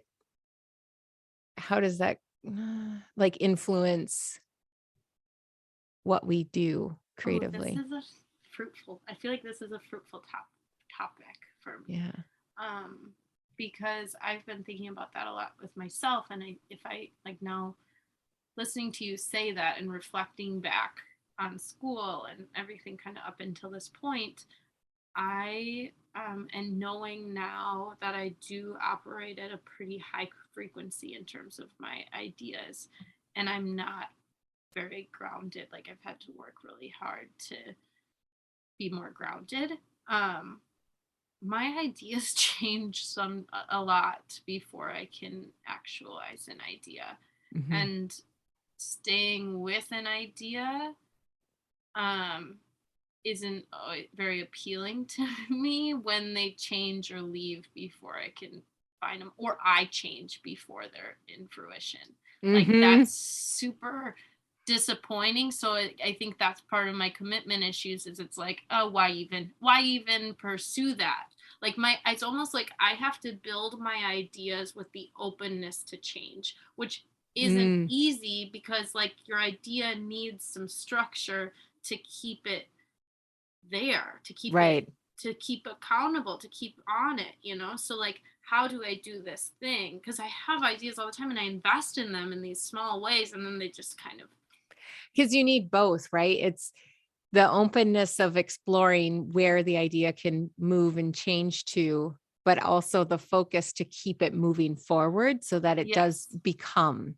Yep. Yeah. And I think like there's something I'm realizing about myself is this need for urgency when it comes. And so like Mm, how I'm building my life, and I have a pretty non-traditional lifestyle, and so I can do this, and I need to start when ideas come, taking the urgency that comes in it. And it means if I stay up until 2 in the morning working on it, when the lightning strikes, that's what I'm gonna have to start doing. And then just like pushing an idea out in that form until like, because there's this thing from art school of like critiquing and finalizing things that I think mhm, isn't serving me right now. So mhm. like right now I've been really into stones, and I've been wanting to, like, I carry a lot of stones with me for healing, and I'm use them, and I also make jewelry, and I've been wanting to make jewelry. So I recently went and bought all of these stone beads that are so incredible and beautiful. But I find myself kind of humming and hoeing and not trusting myself and feeling like they're precious, Mhm, and that's like not serving me. So like the mhm. best thing I can do right now is just to make things and like Yeah. send them out in the world and say more can be made. There's no scarcity. This is Oh it. God, yeah. That's so, when something becomes precious, and I use that word actually in a lot of like my artist statement or things, and that it's an important word to me, but it can be a very constricting belief in that it doesn't allow you to let go of things, yeah, and Yep. move them out. Or even to like even and it takes away that wonder kind of and the Yeah, curiosity. Like yeah. there's a it can be it can be yeah.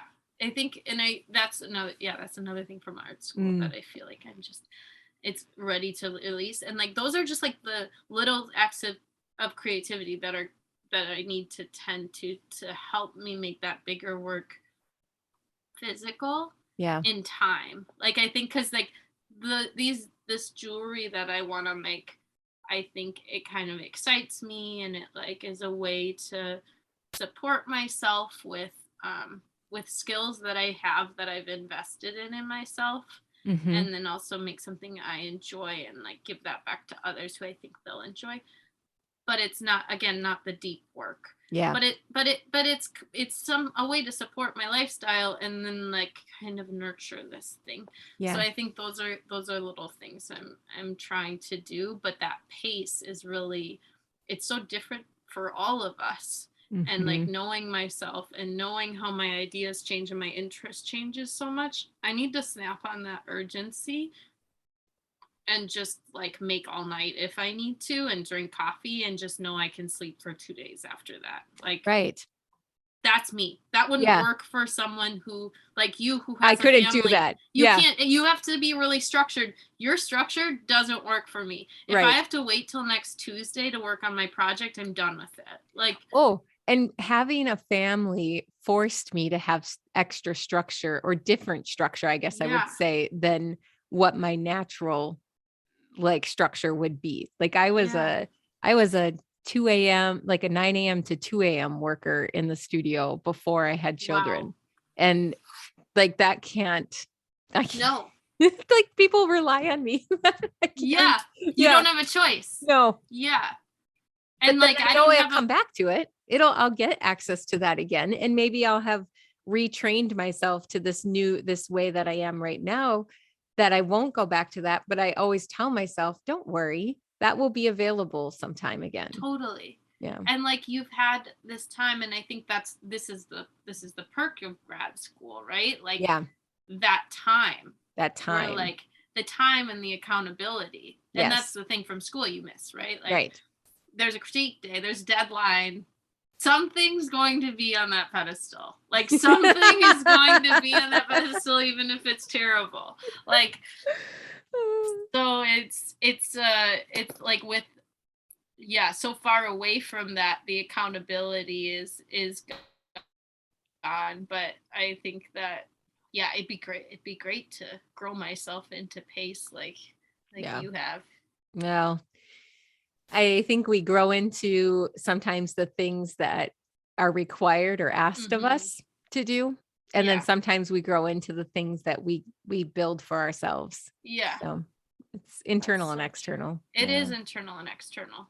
Yeah. And I think that I'm finally getting there. Like so much of my life up until here has been like maybe victim of circumstance, and I like just finally shifted that narrative in my own head to where it's like, no, you've actually created everything. It's a choice, at least as an adult. Like you've created all of this, so like knowing that that's yours, like, and you own it. What do you choose next?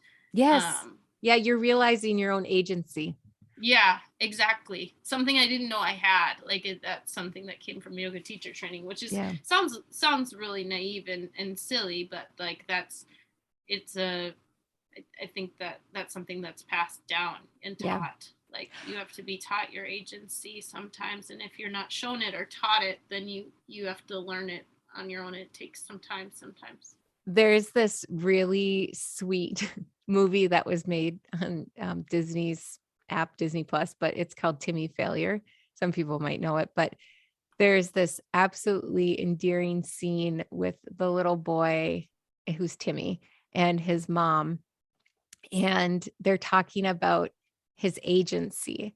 And in the movie, the agency is his spy business, his detective business. But the way that they're talking about agency in the scene is about your own personal agency. And it's done so beautifully with double messages that it becomes accessible, I think, for kids to understand it and adults even to understand that moment of like, she just kind of says something to the effect of like, I want you to have your agency too. I know it's important to you, kind of thing. And it's not just about the like detective agency. It's about his own personal agency to do the things that fill him up and that like bring him joy. Yeah. Oh, so cool. And I think I've always admired that about how you parent your kids, like the agency that you give them in their decision making, and like and that's such a gift to them. it's not easy for them to have like the responsibility of their actions, and so many parents protect their kids from that, thinking they're helping them, but it's like to not have that and to learn as an adult is challenging. And like, I don't currently have shame around it, but like, it's also a shameful, like, it was a shameful experience for me to be like, oh, I don't have, agency over my life. Who am I giving it to? Like, that's a really hard thing to reckon with when you're 26, Well, and even if we tie that to when we're not making work in our like creative lives or art lives, like we might feel shame around that because you get to a point where you realize it is you that's deciding whether or not you're making work. And then you can feel real crappy about yourself that you're not making yourself make the work during that time. Well, but then, flip it and make it empowering. And like, I have the power to make work anytime I want. Totally. And and I think like something I remember Emily and I talking about, like, after post-graduation though, like now I'm far enough away from that to like, I don't feel the pressure of school, but like in the wake of school and missing the resources of a studio and the community of a studio and the accountability of critique and deadlines, like that like having my own agency and the shame around that like was big. And that, and it like now it's far easier to own, like with more space and knowing that I can play and make. But to like have it, then it was like, you're supposed to make something, or I'm supposed to work in the art world or do something because I invested so much money and time and self into this process that said I wanted this life. What does it look like if I don't make anything now? Like, which I hear the phrase supposed to. And then the other thing people do all the time is say should, like, I should be this. So like our supposed to and our shoulds, and this is nothing new, but like, it's always worth repeating. Whenever we hear ourselves using those phrases, we should take a check reflection and go, who's telling me I am supposed to or should? Is it me? Because if it's me, then I really better change because I can. And if it's not me, then it's like, well, maybe I better not. Like, maybe I just let go of that should or supposed to. Whose voice is the should? And like, and then, from Danielle Christa, like, is that voice me? Is it my inner critic? Because there's the people I know, there's like your voice I learned in school, and Randy's voice, and then my great grandma's, and there's all these voices in my life, but then there's also me, and then there's that critic that sounds a lot like me. Yes. Just bitchier. Yes. I was having a conversation with mine earlier this week. Right? And it's like, okay, well, that isn't me. That isn't me. It's like, but I've built her. I've like created her. So like, what do I do in response to that? I feel like this applies to me in this last year. I've always done this, but in the last year, I've been very aware of, when you're sending an email to someone, and sometimes it's when I'm sending an email to someone new, and I'm like, did I say it the right way I mean it to be said?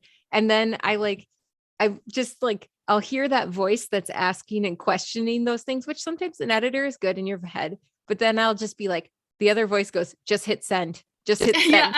And so like really fast, I like click the send, and then I'm like, it's gone. Yep, it's gone. Can't do anything. Yep. Oh my gosh, all the time. Or like the voice that thinks about things I said to someone on the playground in 6th grade. Why are you useful? Like, what part of evolution has not kicked you out yet? Like, I don't understand why you're still here criticizing me. Like, that was 6th grade, Hannah, and I can't do anything about it now. And you can't be the crazy person that like tracks that person on Facebook and says something. So what are You've you here probably for? searched them, haven't you? Like at least I'm already friends with them. It would be easy to contact them. Can't do it though. It's not appropriate. Good thing you have to stop on that one. I know. But it's true. It's true.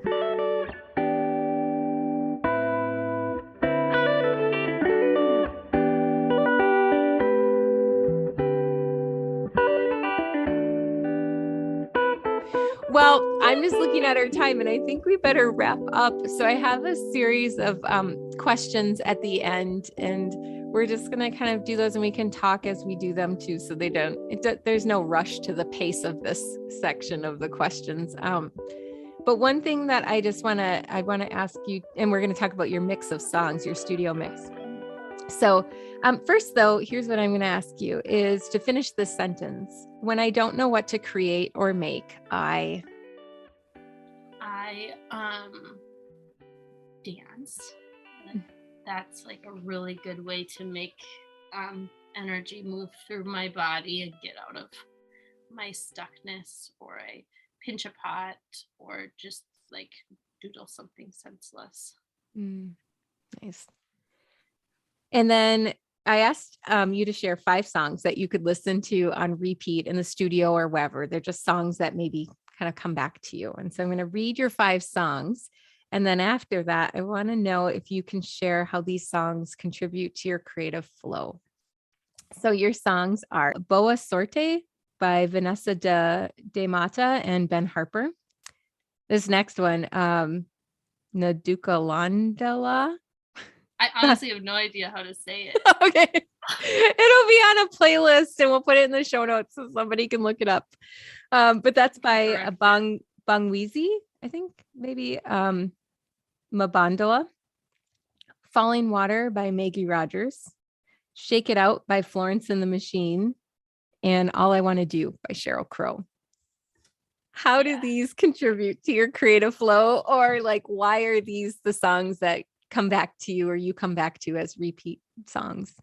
Those are all songs that like bring me like coming back to that like human essence, or like they just like bring me back to myself. Like everything kind of falls away for all different, very different reasons. And all of them kind of make me dance or sing, which also like kind of breaks me out of myself, or like the critic side of myself, or the control side of myself. So those are all like really releasing songs to me. Yeah, I like that idea of releasing songs, like songs that just free you up in some way. Well, like I guess the last half of the songs are releasing, and then the first couple are actually like coming in. And those are more like I turn on when I'm like feel my head kind of going maybe up and down, and then that kind of brings me back into my body. But yeah, all of them are kind of doing that, I suppose. What brings you joy in your creative life? These conversations for sure. All my other creative friends that I get to collaborate with and talk with and live creative lives with bring me a lot of joy. And then the presence that I get when I'm making something, like when an idea takes over, or I am feeling inspired. I'm an chronic overthinker, and so to like let an idea take over and just like drop into right now in the making process of it, or it's fall like super present into a conversation or whatever that might be, that brings me so much joy and motivation to keep living. I love that. So this is the last one.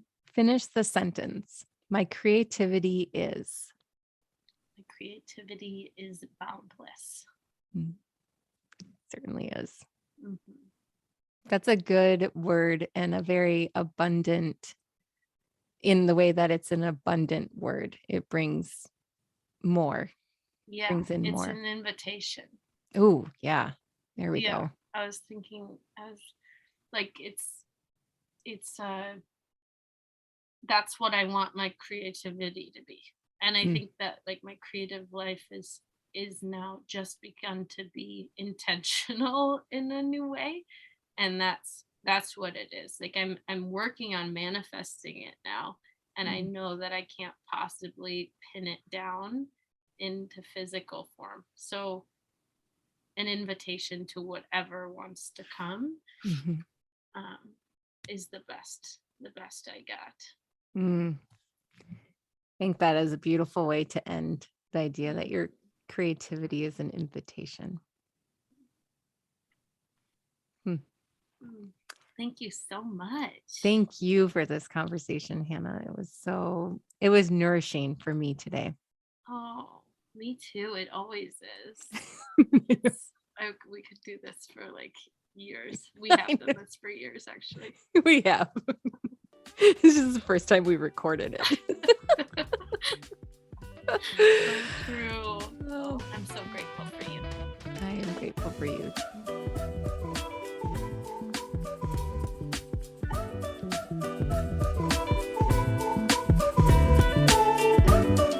Let's take inspiration from Hannah this week and pause to recognize the great teachers of your life.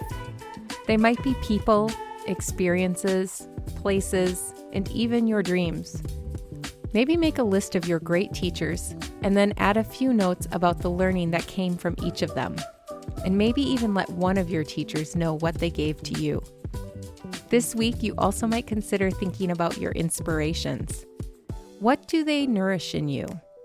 How have you yet to grow into them fully?